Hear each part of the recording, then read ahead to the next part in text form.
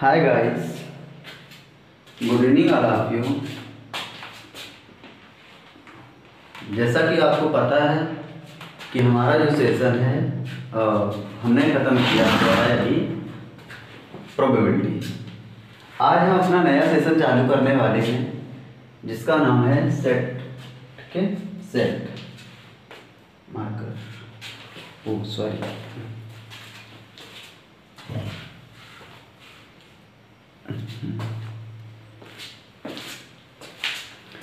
तो क्या है सेट।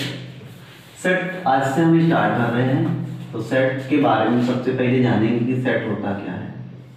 सेट, तो सेट के बारे में सबसे पहले जानने से पहले सेट को देखेंगे कि सेट क्या होता है। तो सेट के बारे में बातचीत करते हैं। सेट क्या होता है? सेट होता है कलेक्शन। क्या होता है? कलेक्शन होता है।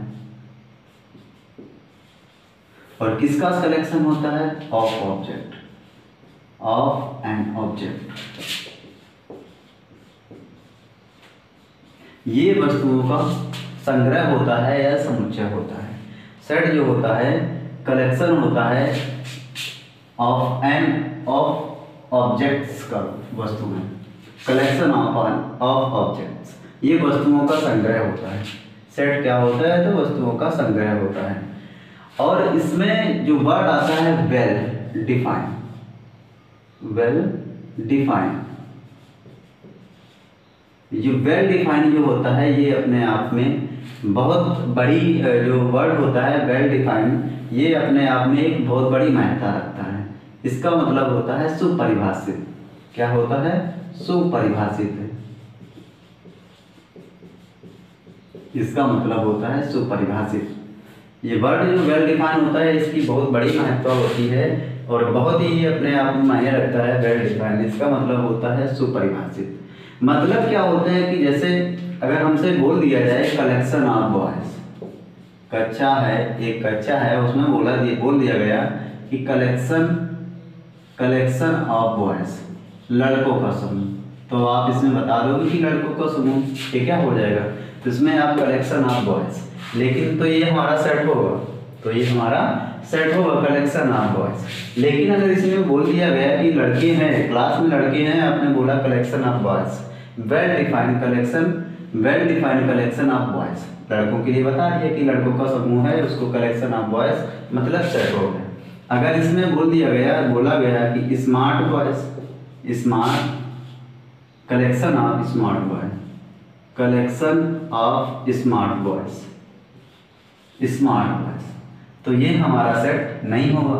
क्यों नहीं होगा? क्योंकि जो लड़का आपको स्मार्ट लग रहा है वो हमें स्मार्ट नहीं लग रहा है, या हमें स्मार्ट लग रहा है तो साइड वाले को स्मार्ट नहीं लग रहा है। तो इसके लिए हम सेट नहीं बोलेंगे कि ये हमारा सेट नहीं होगा। अगर इसी में बोल दिया जाए, जैसे कलेक्शन ऑफ बॉयज बोला हमारा सेट था, कलेक्शन ऑफ स्मार्ट बॉय के लिए बोला तो हमारा सेट नहीं था। अगर इसमें बोल दिया जाए कि एक्सीलेंट बॉय, क्या इंटेलिजेंट बोला जाए, इंटेलिजेंट बॉयज, जो कलेक्शन है इंटेलिजेंट बॉयज का है। हो सकता है कि वो लड़का जिसके लिए बाद में आप बात कर रहे हो कि जो बॉय है, लड़का है, इंटेलिजेंट लड़के हैं, तो उसमें जो लड़का है या लड़के हैं, जो आपने स्टार्टिंग ये लड़के इंटेलिजेंट हैं, तो आपके लिए इंटेलिजेंट हो, लेकिन मुझे लग रहा हो कि नहीं वो इंटेलिजेंट नहीं है, तो ये भी हमारा सेट नहीं हो सकता है। तो हमने बात की कि सेट क्या होता है। तो सेट एक कलेक्शन होता है। किसका कलेक्शन होता है? ऑब्जेक्ट्स का, वस्तुओं का संग्रह होता है। फिर हमने बताया कि जो वेल डिफाइंड लिखा होता है ये वर्ड अपने आप में बहुत महत्ता रखता है। इसका मतलब होता है सुपरिभाषित। मतलब क्या होता है कि कलेक्शन कैसे डिफाइन करेंगे? तो इसके लिए देखा हमने कि कलेक्शन ऑफ बॉयज, कक्षा है, उसमें लड़कों के लिए बोला गया कि लड़कों का समूह, ठीक है। लेकिन उसी में अगर हम बात करें कि कलेक्शन ऑफ स्मार्ट बॉयज, जो स्मार्ट लड़कों का समूह, तो इसको हम नहीं बोल सकते हैं क्योंकि इसमें जो लड़के आपको स्मार्ट लग रहे हों हमें स्मार्ट नहीं लग रहे होंगे। या कि इंटेलिजेंट बॉयज के लिए आपको लगा कि आप सोच रहे हैं कि लड़के जो हैं इंटेलिजेंट हैं, लेकिन मैंने परखा तो उसमें पता चला कि मेरे अकॉर्डिंग वो लड़के इंटेलिजेंट नहीं थे, ठीक है। तो इसके लिए हमने बात की और ये हमारा था कल इंटेलिजेंट बॉयज के लिए।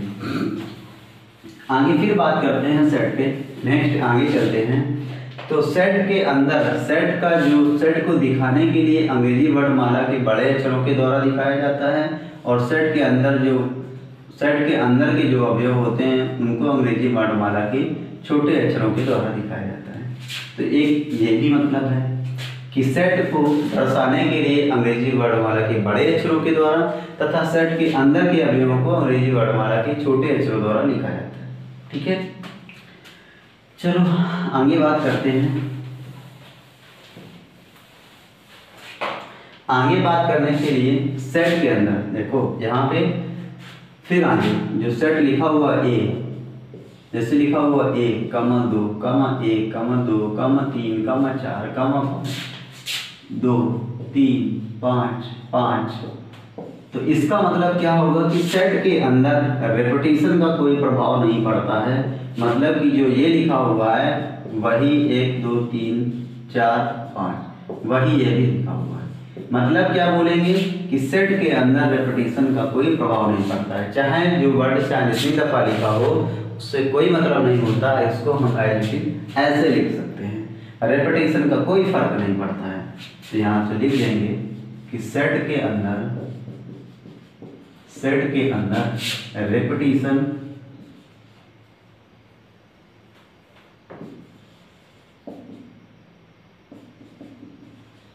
रेपिटेशन का कोई फर्क नहीं पड़ता है, कोई फर्क नहीं पड़ता है। सेट के अंदर रेपिटेशन का कोई फर्क नहीं पड़ता है।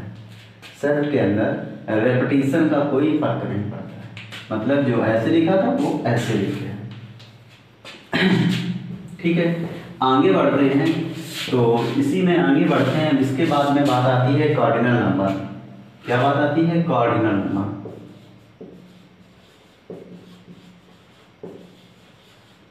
कार्डिनल नंबर सेट के अंदर कार्डिनल नंबर के बारे में बताएंगे कि कार्डिनल नंबर क्या होंगे। तो इसके बारे में बताएंगे कि कार्डिनल नंबर क्या होता है। कार्डिनल संख्या क्या बताएंगे? कार्डिनल संख्या। तो ये होती क्या है? Number of element of a set. Number of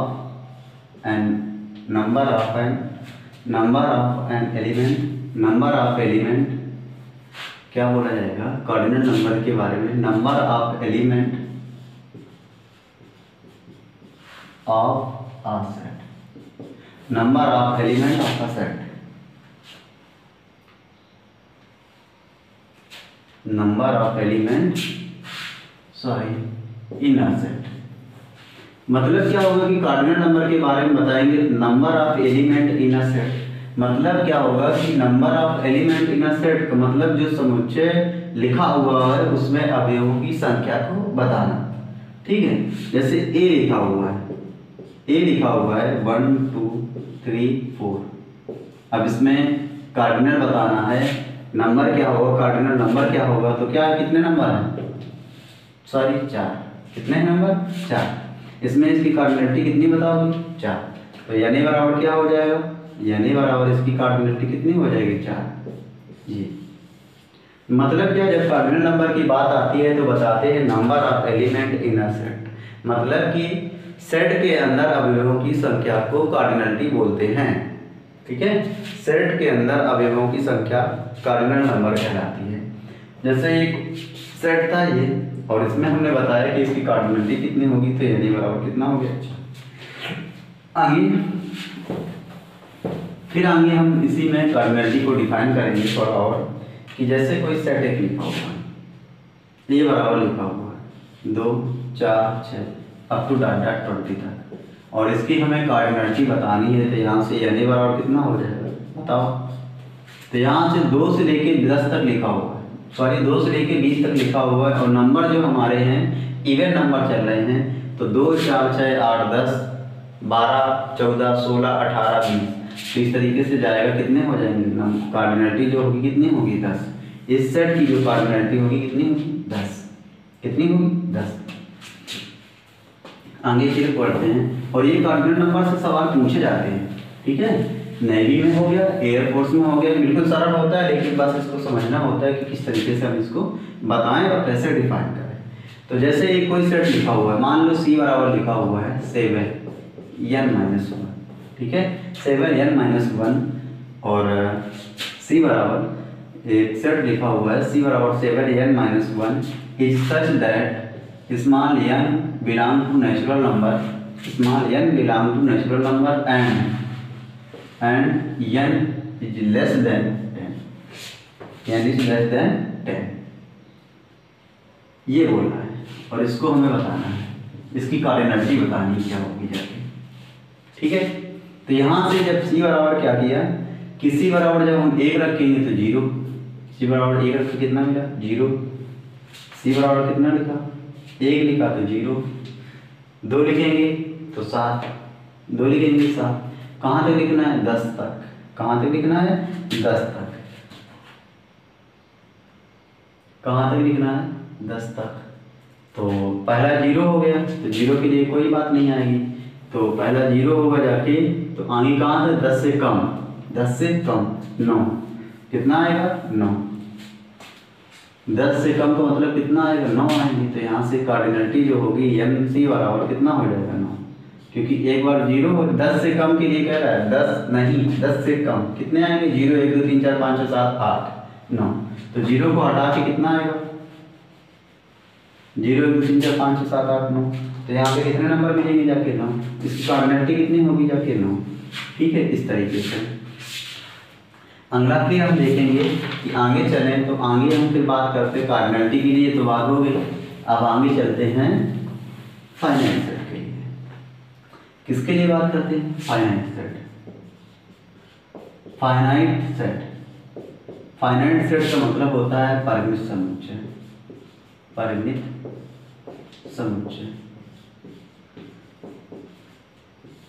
तो इसको क्या बोलेंगे, इसको हिंदी बोलेंगे वह समुच्चय जिसके अंदर अवयवों की संख्या को गिना जा सके, परिमित समुच्चय कहलाता है। जैसे अब परिमित समुच्चय के लिए क्या होगा जाके, जैसे एक कोई सेट लिखा हुआ है 1 2 3 अप टू 20, तो इसमें हमने नंबर को बता दिया कहाँ तक गिनना है 20 तक, तो ये हमारा कैसा सेट हुआ परिमित समुच्चय हुआ, मतलब फाइनाइट सेट हुआ। इसके बाद बात आती है इनफाइनाइट सेट की, इसकी बात आती है इनफाइनाइट सेट की, इनफाइनाइट सेट, इनफाइनाइट सेट, और इसका हिंदी होता है अपरिमित समुच्चय, अपरिमित समुच्चय। इसको किस तरीके से दिखाते हैं, तो इसको बोलेंगे कि कोई एक सेट है, मान लिया 1 2 3 अप टू डाटा, ये इस तरीके से चल रहा है। इसका मतलब हिंदी में इसको बोलेंगे कि वह समुच्चय जिसके अंदर अवयवों की संख्या को गिना ना जा सके, अपरिमित समुच्चय कहलाता है। दिस टाइप से, ये हमारा दिस टाइप का समुच्चय है, ये हमारा फाइनाइट सेट है, और दिस टाइप का जो ये सेट है ये हमारा इनफाइनाइट सेट होगा, ठीक है, इस तरीके से। तो इस तरीके से हम इसको दिखाएंगे, this is a finite set, this is a infinite set, और ये हमारा कॉन्सेप्ट है। इस कॉन्सेप्ट पे ही आगे क्वेश्चन आते हैं हमारे जितने भी हैं। और अभी हमारा जो देख रहे हैं कि एनडीए का एग्जाम लगा हुआ है 14 नवंबर, तो उसमें भी हमें टारगेट को करना है कि कैसे हमारे क्वेश्चन कैसे लगाना है, कैसे में करना है। फाइनाइट इनफाइनाइट सेट बहुत ही इंपॉर्टेंट होता है इससे क्वेश्चन आते हुए, और एयरफोर्स में भी इससे क्वेश्चन आ जाते हैं फाइनाइट इनफाइनाइट सेट से। इसको चेक करना पड़ता है कौन फाइनाइट होगा कौन इनफाइनाइट होगा। जैसे कि एक क्वेश्चन है, लिखा है कि x is such that x belong to real number, x is such that x belong to real number and 1 is less than x is less than 2। जो एक हमारा है, जो x है 1 से कम, 1 से बड़ा तथा 2 से छोटा है, और इसमें बताना है कि हमारा फाइनाइट सेट होगा अथवा अनफाइनाइट सेट होगा। x हमारा है ये फाइनाइट सेट होगा अथवा इनफाइनाइट सेट होगा। तो नंबर लाइन के बारे में तो आपको पता ही होगा, नंबर लाइन ये 0 होता है, इस तरफ वाला पॉजिटिव और इस तरफ वाला नेगेटिव होता है। 1 is less than x is less than 2, 1 से कम, 1 से बड़ा तथा 2 से छोटे के लिए हमें नंबर बताने हैं कि कितने मिलेंगे, और कितने छोटे मिलेंगे, कितने बड़े मिलेंगे। तो ये हमारा 0 है, ये हमारा 0 है। और यहाँ पे अगर बात करें तो यहाँ पे 0.1, यहाँ पे बात करें तो 0.01, यहाँ पे बात करें फिर आगे बढ़ें तो 0.001, फिर आगे बात करें तो 0.00001। ठीक है, तो इस तरीके से मिलेंगे नंबर हमारे, तो इस तरीके से हमारे नंबर मिलेंगे। तो इनको हम गिन नहीं सकते हैं, तो इसको क्या बोलेंगे, this is a infinite set. कैसा सेट होगा, इनफाइनाइट सेट, क्योंकि 0, 1 और 2 के बीच में अनंत नंबर मिलेंगे, तो इसको हम क्या बोलेंगे, इनफाइनाइट सेट। ठीक है, ये नेक्स्ट क्वेश्चन हमारा है।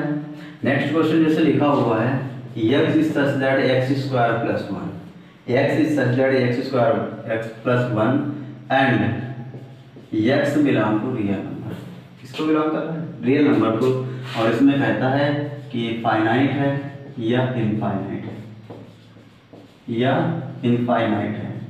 ठीक है, ये फाइनाइट है अथवा इनफाइनाइट है। तो यहाँ से देखा कि x स्क्वायर प्लस 1 बराबर कितना, 0।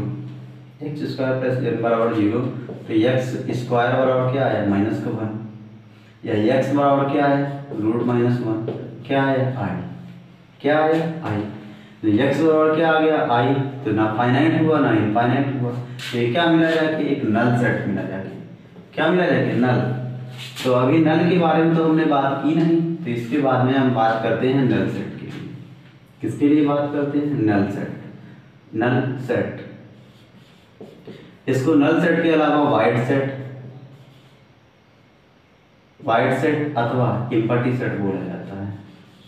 अभी बात करते हैं, तो एलडीए में हमारा नल और वाइड नहीं, सॉरी, नल और इम्पटी लिख के नहीं आया था, वाइड लिख के आ गया था। तो इसके लिए भी बात करते हैं, इसको भी याद रखें कि वाइड भी हमारा होता है एक, और इसका मतलब होता है रिक्त समुच्चय। क्या होता है, रिक्त समुच्चय। तो रिक्त समुच्चय को बोलेंगे वह समुच्चय जिसमें अवयवों की संख्या शून्य हो, रिक्त समुच्चय या शून्य समुच्चय कहलाता है। वह समुच्चय जिसके अंदर अवयवों की संख्या शून्य हो, रिक्त समुच्चय या शून्य समुच्चय कहलाता है। इंग्लिश में वाइड सेट, नल सेट या इम्पटी सेट कहलाता है। तो इसकी हिंदी अगर लिखना चाहो तो लिख सकते हो, वह समुच्चय जिसके अंदर अवयवों की संख्या शून्य हो, रिक्त समुच्चय कहलाता है। और इसको दर्शाने के लिए देखो, ब्लैंक सेट या इसका जो साइन होता है फाई करके, इसको दिखाया जा सकता है। और ये इसके इक्वल नहीं होता है। अगर आप इसको ऐसा करना चाह रहे हो तो ये हमारा गलत है, ये और ये सही है लेकिन ये गलत है। तो ये हमारा नल सेट नहीं होगा, इसको बोलेंगे सिंगलटन सेट। क्या बोलेंगे, सिंगलटन सेट। तो अगर हमें नल सेट के लिए बात आई तो यहाँ पे हमने दिखा दिया कैसा है नल सेट, और इसका ये एग्जाम्पल बहुत अच्छा है। आगे बात करते हैं सिंगलटन सेट के लिए। किसके लिए बात करते हैं, सिंगलटन सेट के लिए, कि सिंगलटन सेट हमारा क्या होता है। ठीक है, singleton set, singleton set, singleton set, इसका हिंदी मीनिंग होता है एकल समुच्चय। एकल समुच्चय। तो इसके लिए बताएंगे कि वह समुच्चय जिसके अंदर अवयवों की संख्या, वह समुच्चय जिसके अंदर केवल एक अवयव हो, एकल समुच्चय कहलाता है। एकल समुच्चय कहलाता है वह समुच्चय जिसके अंदर केवल एक अवयव को एकल समुच्चय कहलाता है। लेकिन और एकल समुच्चय को किस तरीके से दिखाया जाता है, तो सिंगलटन सेट, सिंगलटन सेट बराबर क्या होगा जाके, ये this is a singleton set. ठीक है, this is a singleton set. ये अब बात करते हैं कि जैसे कहीं पे आगे एग्जाम्पल है, सवाल बताते हैं कहीं किसी में। एक हमारा क्वेश्चन है, लिखा हुआ है x is such that x square बराबर x। ठीक है, and x belong to whole number, and x belong to whole number, इसको दिखाना है। और ऑप्शन दिया हुआ है कि फर्स्ट में नल सेट है, दूसरे पे दिया हुआ सिंगलटन सेट है, नंबर 3 पे दिया हुआ है फाइनाइट सेट है, और फोर्थ में दिया हुआ है नन ऑफ दीज। ठीक है, इसको दिखाना है। तो यहाँ से एक्स स्क्वायर बराबर एक्स लिखा हुआ है, एक्स स्क्वायर बराबर एक्स लिखा हुआ है। यहाँ से एक्स काटेंगे नहीं, इसको क्या करें, एक्स स्क्वायर माइनस का एक्स बराबर 0, तो एक्स इंटू एक्स माइनस 1 बराबर 0। तो एक बार क्या मिला, एक बार मिला 1, एक बार क्या मिला 0, एक बार क्या मिला 1, एक बार क्या मिला 0, एक बार क्या मिला 1 और एक बार क्या मिला 0। अब एक बार तो 1 मिला और एक बार 0 मिला। ठीक है, तो इसको लिए क्या बताएंगे, 0 हमारा काम खत्म हो गया। 1 क्या है, तो 1 को बता देंगे, ये हमारा कैसा होगा, फाइनाइट सेट। किसको होगा, फाइनाइट सेट के लिए, क्योंकि इसने इसमें बोल रखा है कि होल नंबर के लिए। किसको बोल रखा है, होल नंबर के लिए, तो ये कैसा होगा, finite set. This is a finite set. 0, 1 ये किसके लिए व्यक्त करेगा, फाइनाइट सेट के लिए। ठीक है, ये अगर इसी में बोल दें, अगर इसमें फाइनाइट सेट इसके लिए होल नंबर बोला, और यहाँ पे अगर नेचुरल नंबर के लिए बात कर लें, तो यहाँ से एक्स स्क्वायर बराबर एक्स या एक्स स्क्वायर माइनस का एक्स बराबर 0, एक्स कमा एक्स माइनस 1, एक्स बराबर कितना 0 और एक्स बराबर क्या है 1, एक्स बराबर 0 एंड एक्स बराबर 1। तो 0 तो लेना नहीं है, क्योंकि नेचुरल नंबर में 0 आता नहीं है, तो एक्स बराबर क्या है 1, एक्स बराबर क्या है 1, और ये है क्या, ये एक सिंगलटन सेट होगा, तब आपका नंबर भी सही होगा। वैसे तो होल नंबर के लिए जब बात की थी तो 0, 1 दो सेट हो गए, फिक्स हो गए, क्या है फाइनाइट सेट। लेकिन जब यहाँ पे बात नेचुरल नंबर की हुई तो 0 हमारा हट गया, बचा क्या 1, तो ये क्या होगा, सिंगल सेट। ठीक है, तो आज के लिए बस इतना ही, नेक्स्ट अपना हम कल देखेंगे। जय हिंद। अगर हमारा सेशन अच्छा लगा हो तो please comment, like and share, और चैनल को सब्सक्राइब जरूर करें, ताकि आगे आने वाली वीडियो आप तक जल्दी पहुंच सके। जय हिंद।